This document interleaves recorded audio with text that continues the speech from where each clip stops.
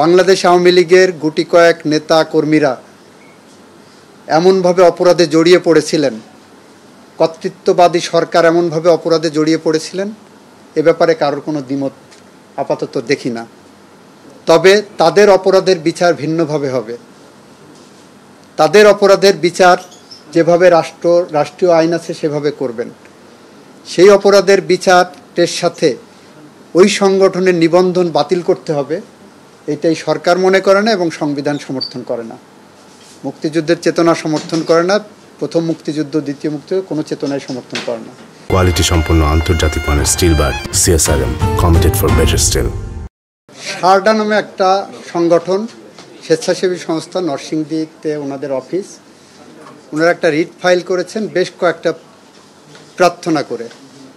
প্রথম প্রার্থনা ছিল এই সরকার যাতে 3 বছর থাকেন সেই মর্মে একটা রুল কেন নির্দেশ দেওয়া হবে না, এই সরকারের মেয়াদ 3 বছর থাকার জন্য কেন নির্দেশ দেওয়া হবে না সেই মর্মে একটা রুল চেয়েছিলেন।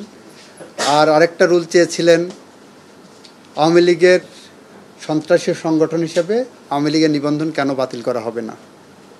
আর একটা রুল চেয়েছিলেন বিদেশ থেকে টাকা ফেরত আনার জন্য। এই বিষয়গুলোর উপরে যখন ওনার সাবমিশন দিয়েছেন, আমার যখন টার্ন এসেছে রাষ্ট্রপক্ষ থেকে আমি বলেছি এই সরকার কতদিন থাকবেন সেটা আদালত নির্ধারণ করে দিতে পারেন না।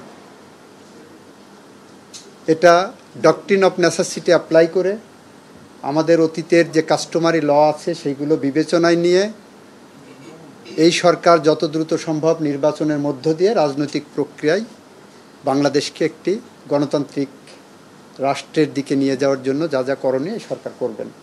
গতকালই সাবমিশন আমি দিয়েছি।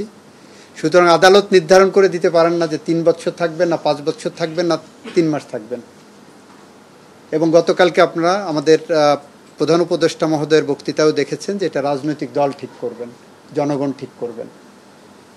দ্বিতীয় সাবমিশনে আমি বলেছি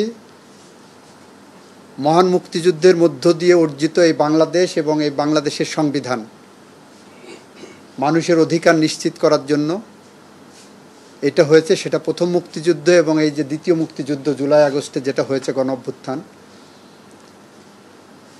এই আন্দোলনগুলো এটাই স্বীকৃতি দেয় যে বাংলাদেশের মানুষের মত প্রকাশের স্বাধীনতা, সংগঠন করার স্বাধীনতা নিশ্চিত করতে হবে।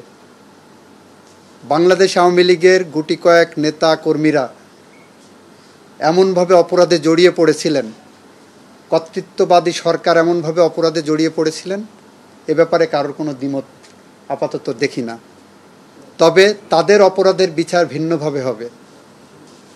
তাদের অপরাধের বিচার যেভাবে রাষ্ট্রীয় আইন আছে সেভাবে করবেন। সেই অপরাধের বিচারের সাথে ওই সংগঠনের নিবন্ধন বাতিল করতে হবে, এটাই সরকার মনে করে না এবং সংবিধান সমর্থন করে না। মুক্তিযুদ্ধের চেতনা সমর্থন করে না, প্রথম মুক্তিযুদ্ধ দ্বিতীয় মুক্তিযুদ্ধ কোনো চেতনায় সমর্থন করে না। সুতরাং আমরা এই নিবন্ধন বাতিলের বিরুদ্ধে, কারণ এই সরকার সিভিল রাইটস প্রোটেক্ট করার জন্যই, গণতন্ত্র পুনরুদ্ধারের জন্যই, মানুষের মত প্রকাশের স্বাধীনতার জন্যই দায়িত্ব নিয়েছেন। সেই জায়গা দাঁড়িয়ে এই সরকার কখনোই কোনোভাবেই একটি রাজনৈতিক দলের নিবন্ধন বাতিল করার এই প্রক্রিয়া সমর্থন করতে পারে না। আমরা এটাও বলেছি যারা অপরাধ করেছেন তাদের অপরাধের বিচার নিশ্চিতভাবেই এই সরকার হবে, এটা কমিটমেন্ট সরকারের। এরপরে আমরা বলেছি যে এই রিট পিটিশনটা যার বিরুদ্ধে করছেন, যার নিবন্ধন বাতিল করতে এসেছেন, তার নাম হলো বাংলাদেশ আওয়ামী লীগ। বাংলাদেশ আওয়ামী লীগকে এখানে বিবাদী করেননি। তা আপনি একজনকে শাস্তি দেবেন, তাকে আপনি বিবাদী করবেন না, নোটিশ দেবেন না, এটা হতে পারে না। আমি এটাও বলেছি। আমি বলেছি বাংলাদেশ আওয়ামী লীগকে নিষিদ্ধ করার দাবি করতে পারত বিএনপি বা অন্য রাজনৈতিক দলগুলো, যে পরিমাণ তারা সাফার করেছে বা প্রতিপক্ষ মনে করে। রাজনীতির মাঠে জনগণ যাকে গ্রহণ করে সেই রাজনীতি, রাস্তার রাজনীতি আপনি কেন আদালতে টেনে আনবেন? অতীতে এই আদালত পাবলিক ইন্টারেস্ট লিটিগেশনের নামে অনেক রকমভাবে মিসইউজ করেছেন আপনাদের 102 এর জুরিসডিকশন। আমরা চাই সেই মিসইউজটা বন্ধ হোক। আমি বলেছি বিচারপতি তোমার বিচার করবে যে জন সেই জনতা, আজ জেগেছে সেই জনতা, এই যে থিওরি, এই থিওরি অ্যাপ্লাইড হয়েছে গত গণঅভ্যুত্থানে।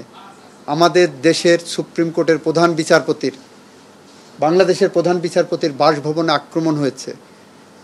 গণঅভ্যুত্থানের মধ্য দিয়ে সরকার, কর্তৃত্ববাদী সরকারের পরিবর্তন হয়েছে। আমি বলেছি এই সুপ্রিম কোর্টে কোনো আঘাত আসলে সেই আঘাত আমারও হৃদয়ে লাগে, আমারও হৃদয়ে রক্তক্ষরণ হয়, কারণ আমি এখানে পেশায় নিয়োজিত। কিন্তু এটা কেন হলো, কোন প্রেক্ষাপট হলো, কাদের ভূমিকার কারণে হলো, এটাও আপনাদের মাথায় রাখতে হবে।